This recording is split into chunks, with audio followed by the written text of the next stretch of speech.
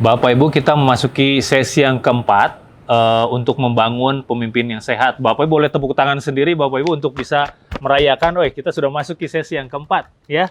Nah, di sesi yang keempat ini kita akan masuk kepada komponen kedua dalam membangun pemimpin. Topik yang pertama apa tadi? Komponennya? Tujuan. Ya, yang kedua sekarang adalah proses. Nanti yang ketiga adalah rancangan, ya. Kita akan bahas di sesi yang kelima dan keenam. Nah, kita akan masuk ke dalam bagian proses komponen yang kedua untuk membangun pemimpin. Nah, Bapak Ibu pernah melihat orang membangun rumah? Bagaimana prosesnya? Apakah prosesnya sama dengan ketika kita melihat orang membangun meja? Saya yakin pasti berbeda, ya. Tetangga saya saat ini sedang merenovasi rumahnya, ngakunya butuh waktu kurang lebih sekitar 120 hari untuk merenovasi rumahnya. Bayangkan kalau Bapak Ibu membangun meja, butuh waktu 120 hari. Saya yakin mengerjakannya sambil tutup mata, karena tidak pernah selesai, ya. Tapi setiap proses itu butuh berbeda-beda karena apa? Tujuannya berbeda. Kalau Bapak Ibu ingin membangun orang-orang yang akademis, maka prosesnya akan lebih banyak akademis. Tapi kalau tujuannya holistik, maka yang dilakukan prosesnya juga pasti adalah holistik. Kalau kita mau membangun 5K dalam kehidupan para pemimpin yang sehat yang kita sedang bangun saat ini, maka prosesnya juga pasti holistik, Bapak Ibu. Nah, saya sudah sediakan tabel di sini. Ini adalah untuk kita isi sama-sama. Coba kita renungkan. Kira-kira apa sih yang sudah pernah Tuhan kerjakan dalam kehidupan kita yang membentuk kita sampai sekarang seperti ini? Apa saja yang Tuhan Yesus lakukan sehingga membentuk kita menjadi seperti saat ini? Bapak boleh merenungkan sebentar, mungkin sekitar kurang lebih 3 menit. Nanti ibu-ibu di sini juga akan membantu mengisi kira-kira dari pengalaman beliau, apa saja yang pernah dilakukan, pernah dialami sehubungan dengan bagaimana Tuhan memproses hidup mereka. Silahkan Bapak Ibu.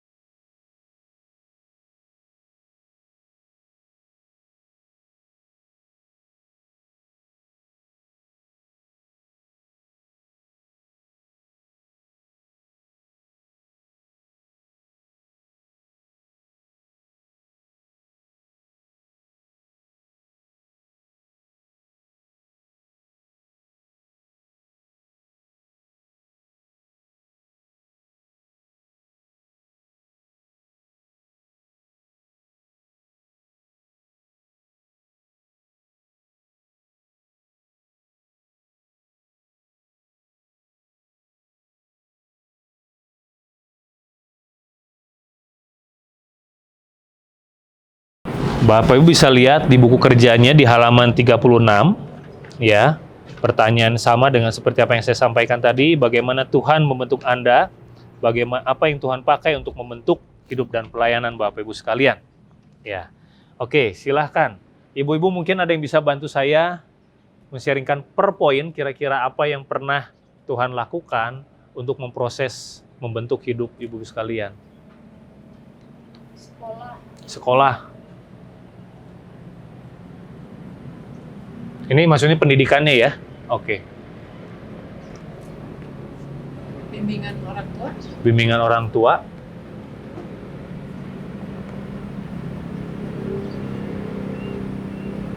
Oke, apa lagi?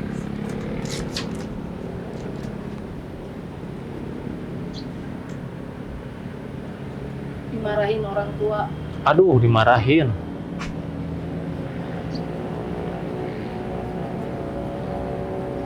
Iya, apa lagi? Berhasil mencapai prestasi. Ada prestasi yang dicapai. Oke, apa lagi Bu? Sembuh dari sakit. Sembuh dari sakit.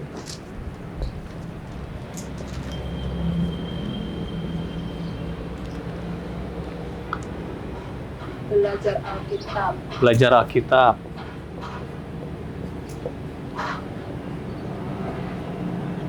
Berdoa. Berdoa. Puasa. Puasa. Apa lagi? Mendoakan orang lain. Mendoakan orang lain. Pujian dan penyembahan. Pujian dan penyembahan. Punya mentor. Ada mentor. Oke. Ikut dalam pelayanan. Ikut dalam pelayanan.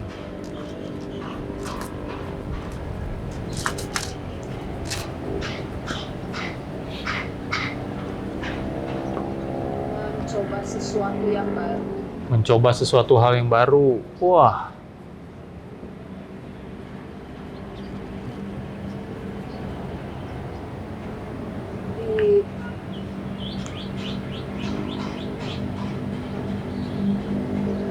Dipertajam visi. Visinya dipertajam.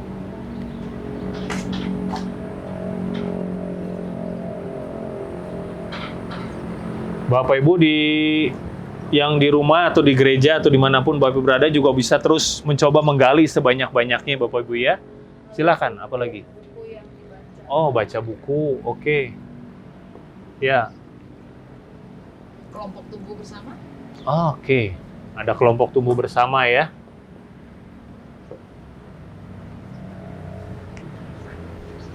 Didoakan oleh orang-orang sekitar.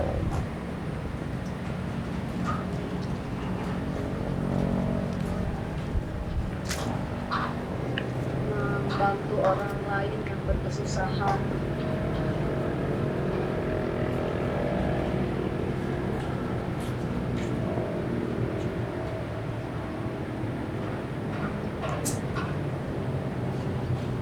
Merenungkan firman Tuhan.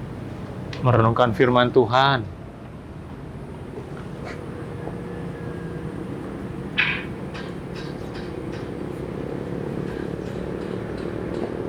Wow, menarik sekali Bapak Ibu. Ada banyak hal, saya yakin Bapak Ibu di rumah atau di gereja juga bisa menemukan lebih banyak dari ini. Tapi dari topik ini saja kita bisa melihat bahwa Tuhan membentuk kita ternyata dengan berbagai dinamika yang menarik sekali, ya. Kita tambahkan sebelum kita masuk lebih mendetilkan tentang hal ini, di bagian bawah saya sediakan satu kolom lagi, kira-kira apakah Tuhan Yesus juga melakukan hal yang sama dengan murid-muridnya? Ya, menurut ibu-ibu, apakah Tuhan Yesus juga punya proses-proses yang menarik yang dilakukan kepada murid-muridnya? Kira-kira apa yang dilakukan oleh Tuhan Yesus? Kasih tugas. Murid-muridnya nggak dibiarin nganggur, nggak cuma diajarin ya, ada tugas yang diberikan. Tinggal bersama-sama. Oke.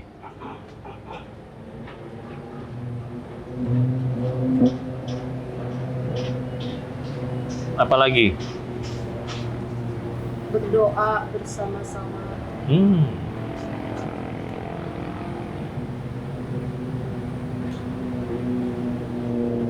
Apalagi?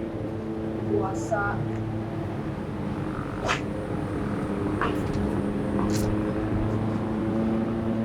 Melakukan mukjizat ya. Mujizat. Apalagi? membahas kitab Taurat, Oh, ya.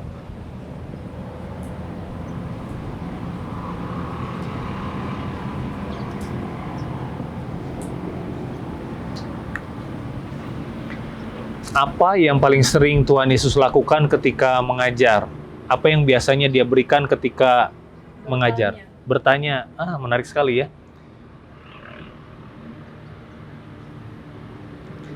Dengan bertanya, menolong orang lain berpikir, membuat orang lain berpikir, bukan hanya sekedar mendengarkan saja, tapi membuat orang terlibat dengan berpikir. Ini menarik sekali caranya Tuhan Yesus. Apalagi kira-kira yang dilakukan? Menegur para murid, Menegur.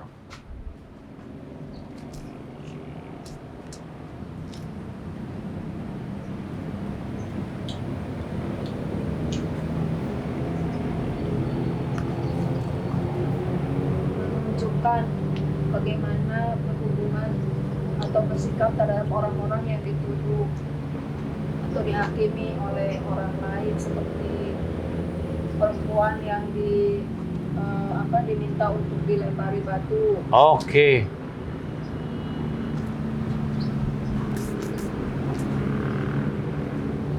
Yesus sendiri memberi teladan,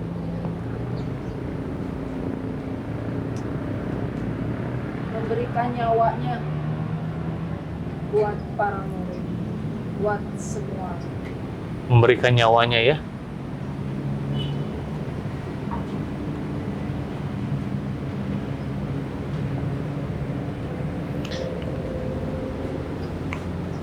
Bapak Ibu mengasihi.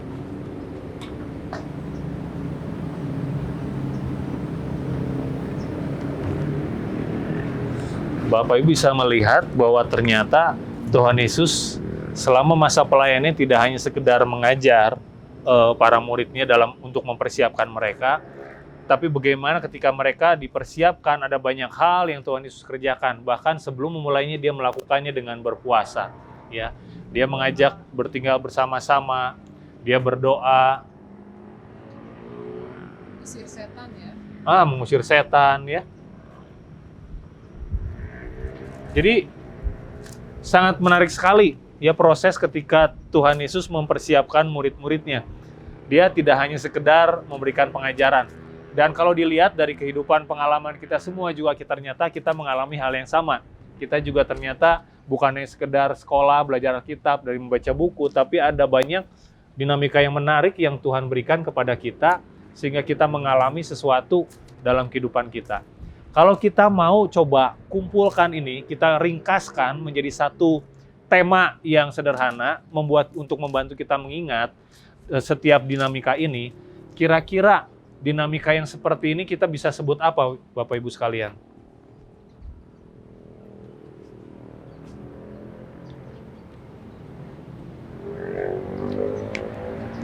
Dari berdoa, berpuasa, mendoakan orang lain, ada pujian penyembahan, dipertajam visinya, merenungkan firman Tuhan. Dinamika apa yang paling kuat muncul di sana? Hal yang berhubungan dengan rohani ya. Hal yang berhubungan rohani ya, spiritual ya. Jadi kita bisa sebut bahwa ini adalah dinamika spiritual ya. Oke. Bagaimana dengan ini? Ada bimbingan orang tua, ada mentor, ada kelompok tumbuh bersama, kita masih doakan. Tuhan Yesus juga melakukan tinggal bersama-sama, berdoa bersama-sama. Ada keteladanan, memberikan nyawa, mengasihi. Berhubungan dengan membangun satu hubungan. Ada hubungan satu dengan yang lain ya. Hubungan atau kita sebut relasional. Oke, bagaimana dengan ini? Ketika kita mengalami satu yang namanya dimarahin, ketika kita punya prestasi yang tercapai, ada sembuh dari sakit, terlibat pelayanan, mencoba suatu hal yang baru, kita membantu orang lain. Bahkan ketika Tuhan Yesus juga memberikan murid-muridnya mengalami yang namanya mujizat, melihat ada perempuan dilempar batu, bagaimana mereka seharusnya bersikap, berperilaku, usir setan. Kira-kira ada dinamika apa yang muncul di sini? Banyak sekali berhubungan dengan pengalaman ya, sesuatu Pengalaman yang ya. dialami oleh dia. Satu hal yang kita alami secara ini ya, kita sebutlah namanya dinamika pengalaman. Yang terakhir kira-kira Bapak Ibu bisa lihat ada sekolah, belajar kitab, buku, bahas kitab Taurat. Caranya Tuhan Yesus adalah dengan bertanya, memberikan pertanyaan. Kira-kira dinamika apa yang muncul?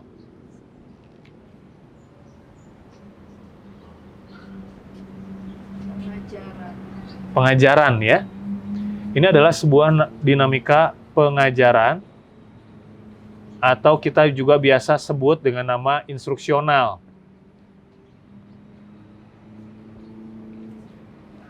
Jadi instruksional ini bukan memberikan instruksi memerintah-merintah, tapi lebih banyak kepada idenya dalam memberikan pengajaran.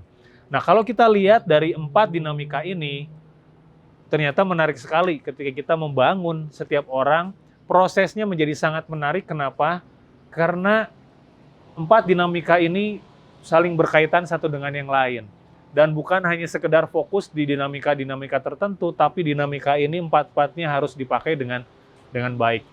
Kebanyakan pengalaman kita ketika kita memperlengkapi orang, mengajar orang, lebih banyak yang mana yang kita lakukan? Dinamika pengajaran. Kenapa? Karena mungkin ini yang paling mudah ya. Berikan waktu yang singkat, berikan semua. Udah kamu baca buku gitu ya, atau berikan sesuatu, atau ini saya ajarkan sesuatu. Ini paling mudah.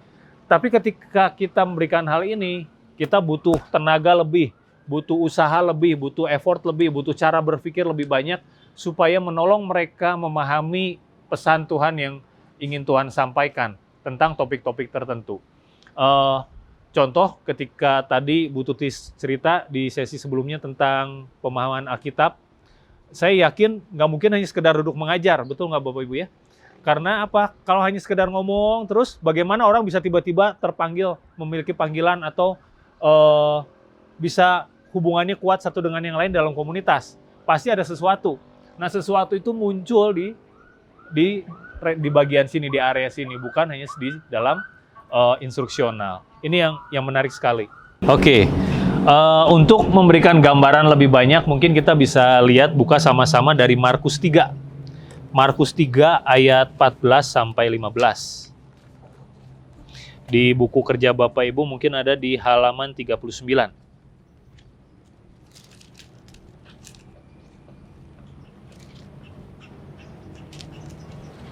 Markus 3 ayat 14 sampai 15.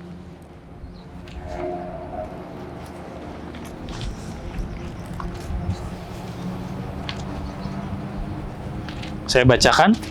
Ia menetapkan 12 orang untuk menyertai dia dan untuk diutusnya memberitakan Injil dan diberinya kuasa untuk mengusir setan. Nah, ini ada satu dinamika yang menarik yang muncul di dalam ayat ini. Kenapa? Karena dia tidak hanya serta-merta menunjuk 12 orang murid. 12 orang ini ada 12 orang yang unik. Mereka memiliki karakter yang berbeda, mereka memiliki latar belakang pendidikan yang berbeda, latar belakang sejarah keluarga yang berbeda, mereka punya tujuan yang berbeda, tapi 12 orang ini dikumpulkan. Ya, sebagai contoh mungkin kita bisa melihat ada orang yang bekerja untuk penjajah Roma, ada juga orang yang berjuang supaya bangsa Israel dibebaskan dari penjajahan dan mereka disatukan. Ya, ada orang yang pekerjaannya kasar, ada orang yang pekerjaannya intelektual, sehingga jelas ketika mengambil keputusan, ketika bersikap, ketika berinteraksi, mereka semua memiliki masalah yang menarik, ya, memiliki cara yang berbeda, sehingga mungkin sekali terjadi yang namanya konflik. Kira-kira menurut ibu-ibu dinamika apa yang akan muncul di sana? Dalam 12 murid itu. Relasional, ya betul. Jadi ternyata Tuhan Yesus menarik sekali ya. Dia bukannya sekedar menuliskan ada 12 orang, tapi 12 orang ini juga berinteraksi satu dengan yang lain. Saling mengasah satu dengan yang lainnya. Untuk apa mereka? Untuk menyertai dia. Nah, Untuk menyertai dia artinya apa? Ada pengalaman bagaimana mereka merasakan Tuhan di sana, bagaimana mereka mengikuti Tuhan di sana, ya. Dan diutusnya untuk memberitakan Injil. Ada dinamika yang menarik bahwa mereka punya dinamika pengalaman. Mereka diutus untuk pergi ke satu tempat untuk menyampaikan kabar baik dan segala macam, dan diberinya kuasa untuk mengusir setan. Ada dinamika apa di situ? Spiritual. Spiritual, ya. Menarik sekali. Jadi ayat ini dengan sangat menarik sekali mengupas bahwa mereka bukan hanya sekedar mendapatkan sebuah pengajaran, tapi ada dinamika relasional di sana, ada dinamika pengalaman di sana, ada dinamika spiritual di sana yang membuat mereka memahami pengajaran-pengajaran yang diberikan dan bahkan menyampaikan pengajaran yang sama untuk dibagikan kepada orang-orang lain. Ini menarik sekali, ya, dari Markus 3 ayat 14 dan 15. Nah, jadi kita bisa lihat bahwa ternyata Tuhan Yesus membangun pemimpin juga menggunakan 4 dinamika ini. Ketika Tuhan Yesus menyiapkan orang-orang, dia menggunakan 4 dinamika ini. Dan itu juga yang kita bisa lihat bahwa hasilnya pun transformasional. Hasilnya adalah luar biasa. Bayangkan kalau Tuhan Yesus tidak melakukan hal tersebut.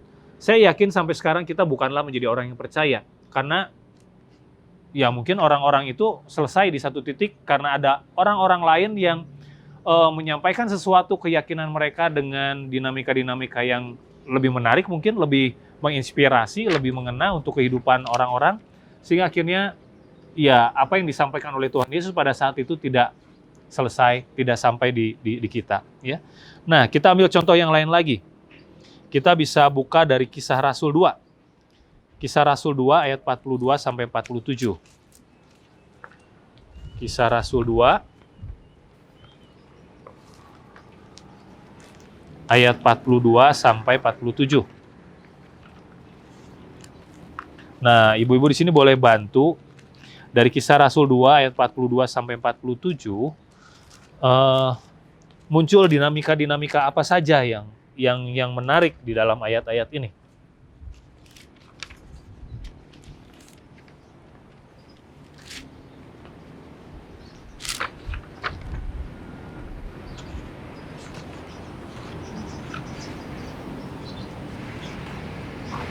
Dinamika pengajaran.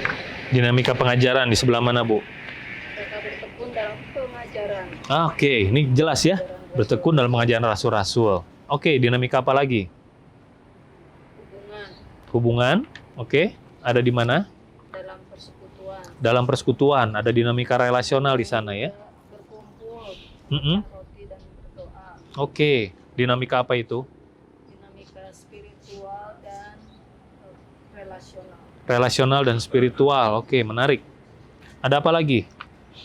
Dinamika spiritual ketika mereka memberi diri dibaptis. Memberi diri baptis ya. Ada dinamika Kemudian, spiritual. ya, mereka memuji Allah juga bisa masuk ke dalam dinamika spiritual. Iya. Ada dinamika spiritual di sana ketika mereka memuji Tuhan, apalagi? Dinamika relasional, segala kepunyaan mereka adalah kepunyaan bersama.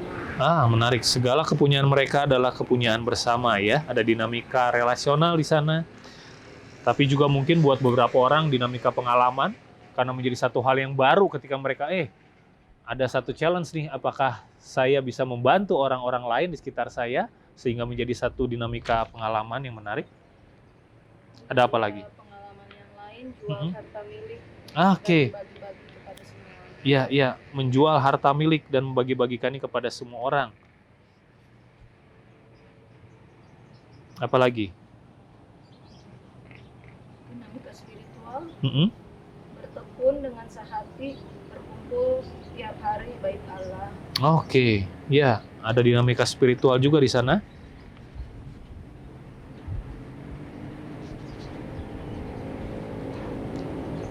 Dan memuji Allah. Iya, Spiritual. dinamika spiritual di situ. Apalagi? Secara bergilir makan di rumah masing-masing. Iya, Relasional. iya. Ada dinamika relasional. Mereka disukai semua orang. Dinamika apa itu? Relasional. Menarik sekali ya.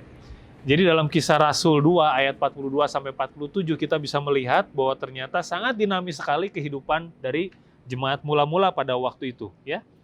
kita ambil satu contoh terakhir ya. 1 Timotius 1 ayat 18. 1 Timotius 1 ayat yang ke-18. Kira-kira kita bisa lihat ada dinamika apa di sana? Ibu-ibu ada yang bisa bantu? 18. Pengajaran atau instruksional, Pengajaran atau instruksional ya. tugas, kasih tugas, Dikasih tugas. Apa itu? Ya, instruksional. Tugas instruksional. Oke. Ya. Ada penubuatan di sana. Kira-kira apa itu? Dinamika apa yang muncul? wow, Dinamika spiritual. Ya. Diberikan supaya kamu dikuatkan oleh nubuat itu, ya. Kira-kira dinamika apa yang muncul di sana? Spiritual, ya. Spiritual. Kemudian Ada- juga ada perjuangan yang baik dengan iman ya, Mm-mm. secara spiritual. Oke. Di situ juga ditunjukkan mungkin dia akan mengalami ada dinamika pengalaman yang muncul karena mungkin ada banyak tantangan yang akan dihadapi, ya. Jadi ternyata bagaimana Paulus membangun Timotius juga menggunakan 4 dinamika, ya. Bukan hanya sekedar memberikan pengajaran, oke kamu sudah menjadi muridku, aku ajarin semuanya, tapi ternyata 4 dinamika ini juga dipakai. Nah, Bapak Ibu, 4 dinamika ini sangat menarik. Kenapa? Karena dinamika spiritual akan menolong kita mengalami dinamika yang menarik dari kuasa transformasi dari Roh Kudus. Bagaimana orang-orang yang kita bangun merasakan sentuhan Roh Kudus, bagaimana mereka merasakan bagaimana berinteraksi dengan Tuhan tentang topik tersebut yang ketika kita menolong mereka bertumbuh. Kuasa transformasi dari melakukan juga muncul dari dinamika pengalaman. Kalau mereka tidak diberikan pengalaman, maka mereka tidak akan pernah bisa memahami dengan lebih baik. Contoh sederhana ketika kita belajar naik sepeda mungkin, ya kita tidak akan pernah bisa naik sepeda itu kalau kita hanya membaca buku tentang sepeda, ya kita harus mencoba melakukannya, mencoba mengayuhnya, mungkin mencoba jatuh dan segala macam sampai akhirnya kita bisa naik sepeda. Ada dinamika pengalaman yang membantu kita untuk merasakan kuasa transformasi dari melakukan. Demikian juga dengan dinamika relasional. Ada kuasa transformasi dari hubungan satu dengan yang lain. Bagaimana kita dibantu, didorong untuk berinteraksi dan membangun belajar dari orang lain. Bagaimana kita mau ditegur oleh orang lain. Bagaimana kita mau diasah oleh orang lain. Bagaimana kita bisa melihat contoh-contoh keteladanan dari orang lain yang menolong kita mengalami pertumbuhan. Demikian juga dengan dinamika pengajaran atau instruksional, kita bisa belajar banyak dari firman Tuhan. Bukan hanya sekedar membaca dan kemudian lupa, tapi bagaimana kita bisa mendiskusikan hal tersebut, merenungkannya dengan sangat baik.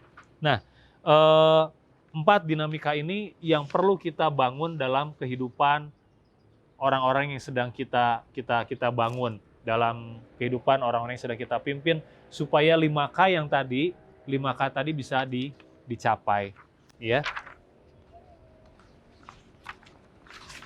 Nah, jadi kita bisa ambil satu contoh, ya. Ketika sebentar ya, saya lupa ini mana. Oke, kita ambil satu contoh dari kehidupan Paulus.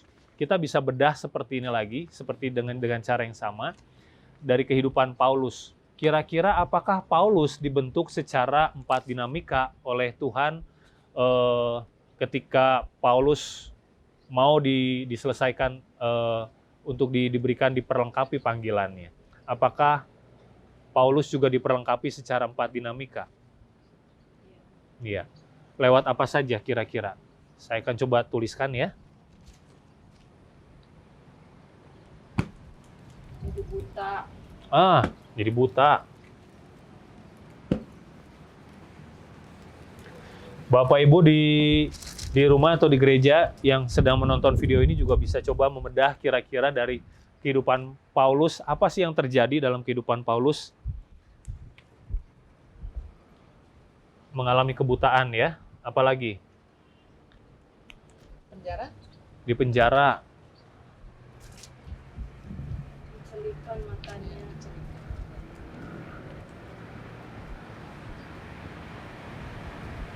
Sudah buta, matanya dicelikan, ya. Apalagi?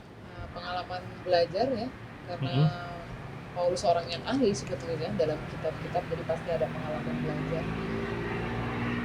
Senang belajar kitab-kitab ya. Celikan matanya juga bisa sebagai dinamika spiritual. Oke. Karena terjadinya secara Spiritual. spiritual juga. Iya, betul.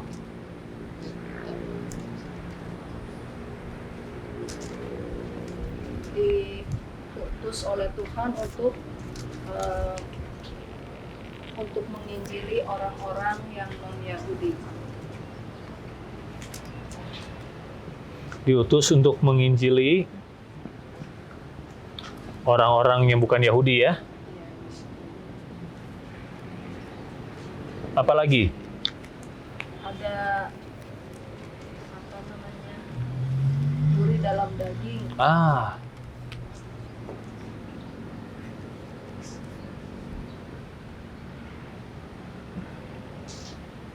Pernah konflik dengan Markus. Konflik dengan Petrus. ada Markus, ada Petrus ya. Dia ada pemulihan. Oke, ada pemulihan hubungan ya. Jadi bapak rohani, Menjadi bapak rohani, jadi teladan. jadi teladan. Sebenarnya dia pernah bilang, ikutilah teladanku. Ya, betul. Membangun gereja.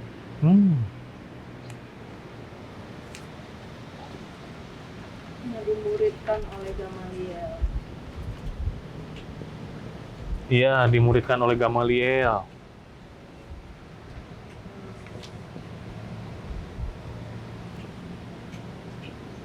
Secara spiritual juga dia pernah ngalamin yang waktu dibebaskan dari penjara secara Supranatural ya. supranatural. Berjumpa dengan Yesus.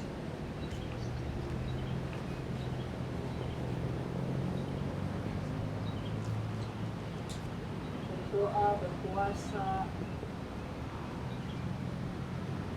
Ada doa, ada puasa. Nah, Bapak Ibu dan Ibu di sini bisa lihat, bayangkan kalau Paulus dibentuk hanya lewat dari belajar kitab-kitab dan dimuridkan oleh Gamaliel. Kira-kira apa yang terjadi? Ya, dia jadi legalistik. Nah, dia jadi legalistik. Apa yang dia lakukan pada saat itu? Dia mengejar semua orang-orang percaya ya, karena dia pikir ini yang benar ya. Apakah salah isinya? Enggak ada yang salah dengan isinya. Tapi karena dia tidak mengalami Tuhan, dia tidak mengenal Tuhan, dia pikir yang benar adalah sesuatu yang ternyata akhirnya dia temukan salah gitu ya. Akhirnya sampai dia ketemu dengan Tuhan Yesus ketika dia dibutakan, ketika akhirnya dia dicelikan matanya oleh orang yang sedang dikejar-kejar juga oleh Paulus gitu ya. Ini jadi satu hal yang sangat menarik sekali. Jadi bisa kita bayangkan Bapak Ibu kalau kita hanya membangun orang secara pengajaran saja tidak cukup ya. Secara pengajaran saja tidak cukup. Kita perlu menolong mereka untuk mengalami Tuhan. Kita perlu menolong mereka mengalami Tuhan sedemikian rupa. Ya, untuk itu mereka butuh orang-orang yang bisa menjadi mentor mereka, membapai mereka, supaya mereka bisa bertumbuh juga secara relasional.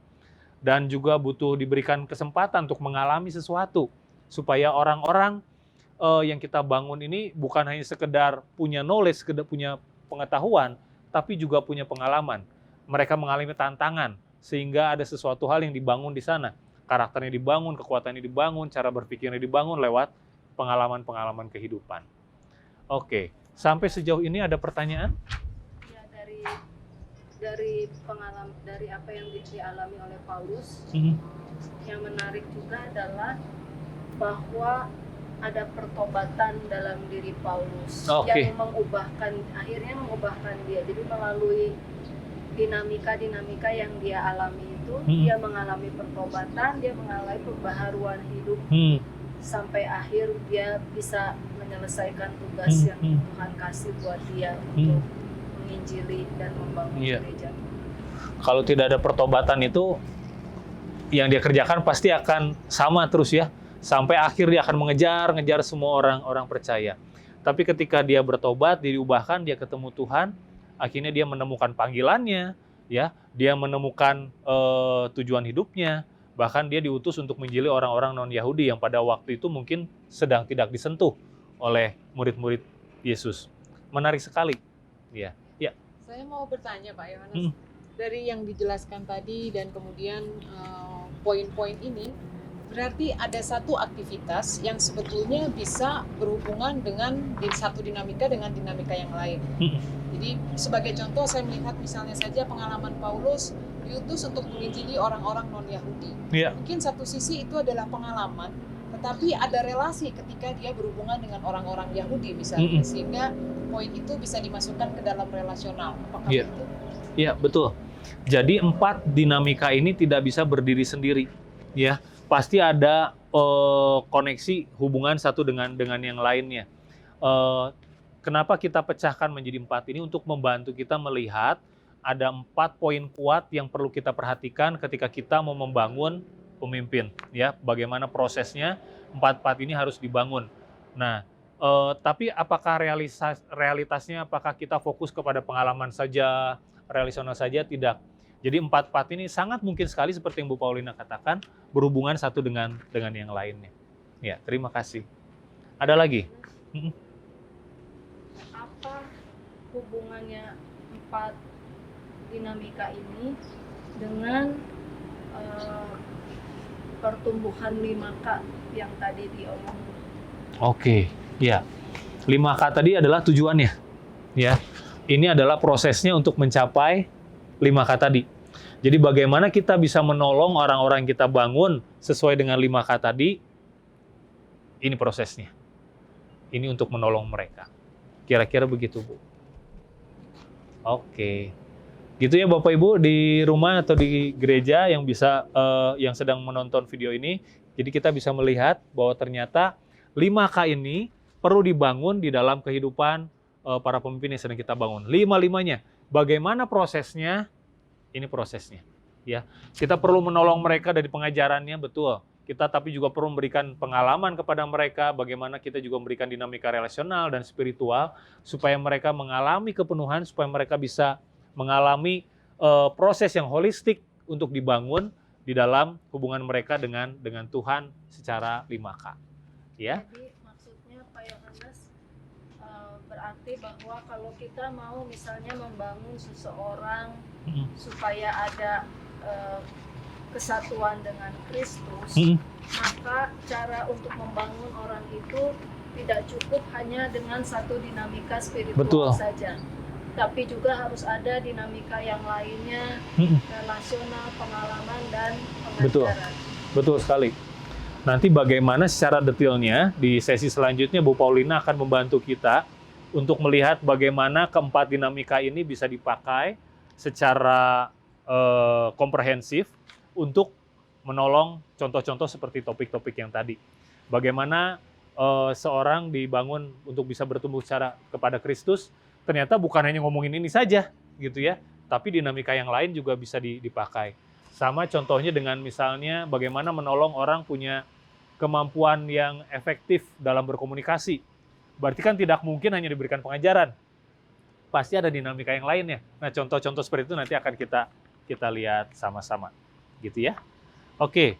Nah, coba kita akan lihat satu ilustrasi yang mau menolong kita untuk memahami ini lebih kuat. Kita lihat di Markus 4 ayat 1 sampai 20. Markus 4 ayat 1 sampai 20. Bapak Ibu bisa lihat di sini adalah kisah tentang perumpamaan seorang penabur. Betul ya? Nah, Bapak Ibu saya kasih waktu kurang lebih 2 menit untuk boleh membaca Markus 4 ayat 1 sampai 20.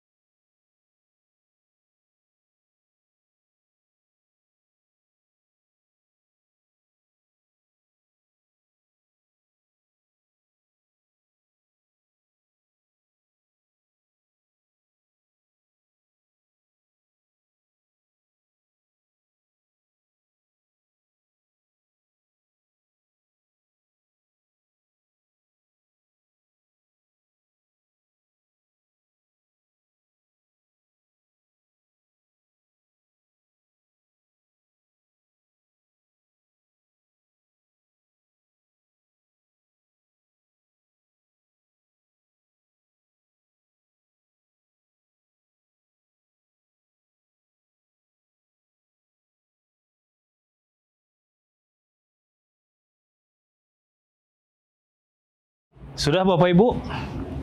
Oke, kalau kita lihat dari perumpamaan penabur ini, apa yang sama dari perumpamaan ini? Benih. Benihnya sama ya? Benihnya sama, ditabur di mana saja benihnya sama. Kemudian apa yang berbeda? Tanahnya di mana berbeda. di mana benih itu ditaruh ya. Oke, tanah di mana benih itu ditaburkan ya. Ada yang apa saja tuh yang pertama? Berbatu-batu. Sebelumnya di jalan, Ya. berbatu-batu, apalagi? Penuh dengan semak Semak duri. duri. Yang keempat, Tanah yang baik. tanah yang baik. Menarik sekali ya. Ternyata ada 4. Nah, terus kemudian kita bisa lihat ternyata ada yang berbeda dari situ ya. Apa yang muncul akhirnya? Hasilnya berbeda. Yang di jalanan bisa menghasilkan sesuatu? Enggak ya. Ayat itu mengatakan dia dimakan burung, habis ya. Nah, demikian juga dengan yang lain ternyata tidak menghasilkan sesuatu, tapi hanya satu yang menghasilkan buah. Yang di mana itu? Tanah yang baik. Ya. Tanah yang baik. Nah, apa hubungannya dengan perumpamaan ini dengan topik membangun pemimpin menurut ibu-ibu sekalian?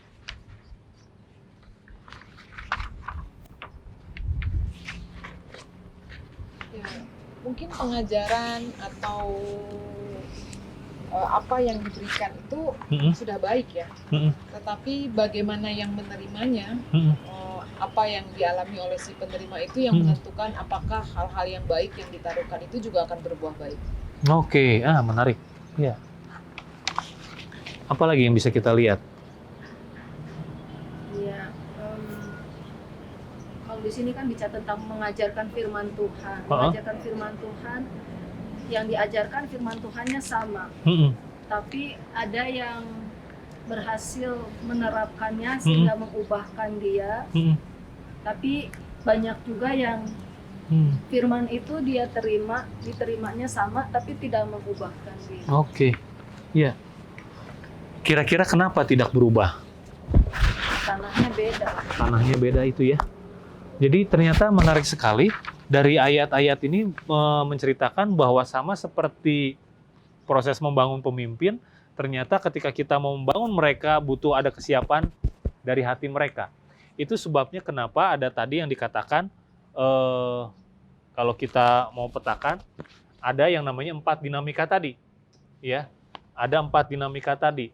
Dinamika spiritual, ada dinamika pengalaman, ada dinamika relasional atau hubungan, ada juga dinamika pengajaran atau instruksional.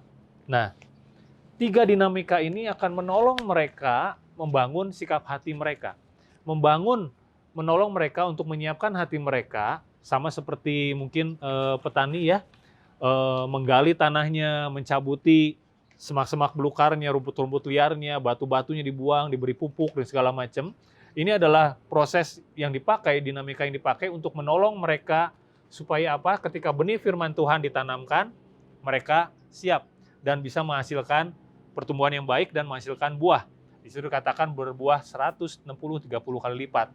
Nah, bayangkan Bapak Ibu, sama dengan perumpamaan penabur tadi, apa akibatnya kalau kita hanya fokus di dinamika pengajaran saja? Ternyata tidak setiap orang bisa memiliki persiapan hati yang baik.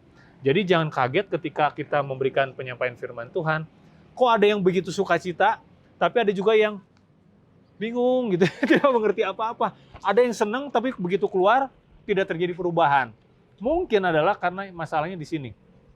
Mereka membutuhkan dinamika-dinamika tertentu untuk menolong mereka memahami lebih dalam, merasakan Tuhan lebih dalam tentang topik-topik ini, tentang pengajaran firman Tuhan ini. Ya, jadi bisa kita lihat bahwa ternyata 4 dinamika ini dibutuhkan secara utuh, secara holistik untuk membangun para pemimpin yang sedang kita siapkan saat ini. Nah, kita akan coba lihat isinya kira-kira apa sih ya. Kami sudah berikan di buku kerja Bapak Ibu, itu ada lampirannya tentang dinamika transformasi. Tapi sebelum kita lihat ke sana, kita sambil mencoba menebak-nebak dulu Bapak Ibu, menerka-nerka. Kalau misalnya ada satu proses yang terjadi, kira-kira itu masuk dinamika yang mana gitu ya. Nah, ibu-ibu di sini juga bisa bantu kita sama-sama. Kalau membaca firman Tuhan, kira-kira masuk dinamika apa, ibu-ibu? Spiritual. Membacanya saja? Instruksional. Instruksional. Jadi kalau kita hanya membaca firman Tuhan, masuknya di instruksional. Kenapa? Karena itu memberikan pengetahuan, memberikan kita knowledge. Kalau kita sudah baca, terus mendoakan firman Tuhan tersebut, merenungkannya, mendoakan, kira-kira masuk ke mana? Spiritual. Masuk ke spiritual. Gitu ya, bisa diikuti ya Bapak Ibu ya? Oke, kalau kita belajar lewat melakukan, masuk dinamika apa? Pengalaman. Oke, waduh menarik sekali. Melakukan kegiatan bersama keluarga. Relasional. Relasional. Kalau menerima koreksi dari orang nih, dikoreksi, kira-kira apa? Relasional. Menulis jurnal, apa sih isi yang Tuhan lakukan dalam kehidupan saya, pengalaman kehidupan saya bersama-sama Tuhan. Spiritual. Spiritual. Kalau melakukan tugas yang menantang, pengalaman. Mengerjakan studi kasus, Instruksional. instruksional.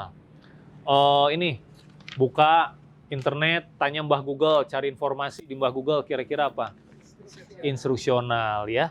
Berpuasa, Spiritual. spiritual. Terakhir, saling meneguhkan, Relasional. relasional. Oke, menarik sekali. Kasih tepuk tangan dulu dong buat kita semua, buat Bapak Ibu di sana juga. Aduh, nah kita bisa melihat bahwa ternyata mungkin ada banyak hal yang sudah pernah kita lakukan, tapi kita mungkin tidak menyadari mereka ada di dinamika yang mana, ya.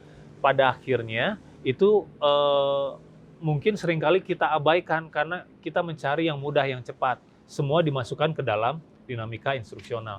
Padahal mungkin kita sekali lagi perlu menyiapkan hati mereka, perlu membangun mereka di dalam ketiga dinamika yang lain supaya hasilnya bisa menjadi transformasional. Ya, ini yang kita pelajari di sesi yang keempat, Bapak Ibu. Di sesi yang kelima, Bapak Ibu akan belajar bagaimana menggunakan proses ini untuk menolong kita mencapai 5K untuk orang-orang yang sedang kita bangun. Itu Bapak Ibu, terima kasih buat waktunya.